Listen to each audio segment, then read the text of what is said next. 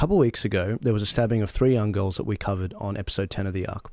And we saw a situation where there are a lot of white UK Welshmen and women that were obviously, this was the last straw, and that was it. They weren't happy. They weren't happy with the fact that their country, they don't feel like they have a voice. They've just had an election, and only not even 60% of the country participated in that. They feel like their country is slipping away from them. We can all feel that to an extent. They took to the streets because they felt that, look, we're running out of speech. Some idiots were violent. Some idiots tried to light, fires in migrant buildings. And now you never let a crisis go to waste. What's happened is Keir Starmer, the new Prime Minister, he's got a Labour massive majority, and he's clamped down hard on this. I mean, Ben, what were your thoughts on this when you saw this? Well, this is a message to Starmer, if he just looks at my shirt there. Thought criminal. Come and try and arrest me, and he'll just find out about my favourite Australian pastime, famous Australian heroes like Ned Kelly, and he'll just find out about that, because what this is just a individual and a government that has become basically communist. They are trying to execute communist policies that are something the Soviet Union used to dream about, to create control of the citizens from a digital point of view, censoring people.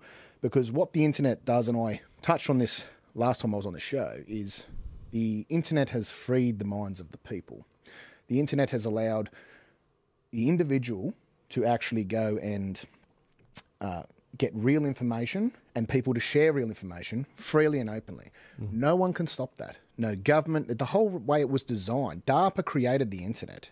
That's United States military research. They created the internet to be a system that is always up.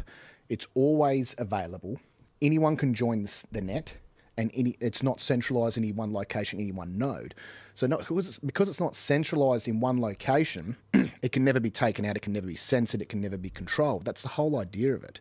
So then you have technically illiterate people in the government, like the UK government, thinking, we'll just censor the internet. We'll just censor, and the Labor government here are the same. We'll just censor the internet. That's the solution. You were never going to be able to. The whole way it was designed was to prevent censorship and to allow freedom of exchange of information. Yeah, I don't think they like the it's slipping through their hands. And one of the policies they came about, I made a video about them last week, was from the ages of 5. There's a policy in the UK government that put forward. From the age of 5, they want to teach kids in school what misinformation and disinformation is, and so that they can identify it like little Hitler Youth people. Like, you can't question net zero.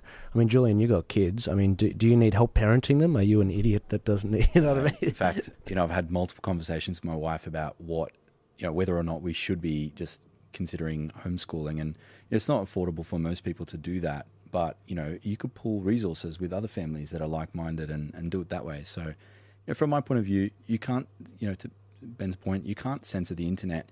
And, probably they were getting away with it way too much before, fortunately Elon bought X, and now it's just terrorizing them. They can't control a narrative, because previously they could slap labels, they could scale content that they didn't like or agree with. And, we're starting to see these narratives burst wide open. It wouldn't matter if it's, Joe Biden and how fit and proper he is to run effectively the world.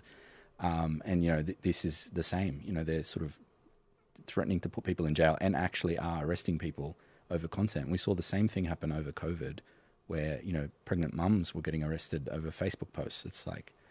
It's just one step way too far. Natalie. Absolutely. Well, there have been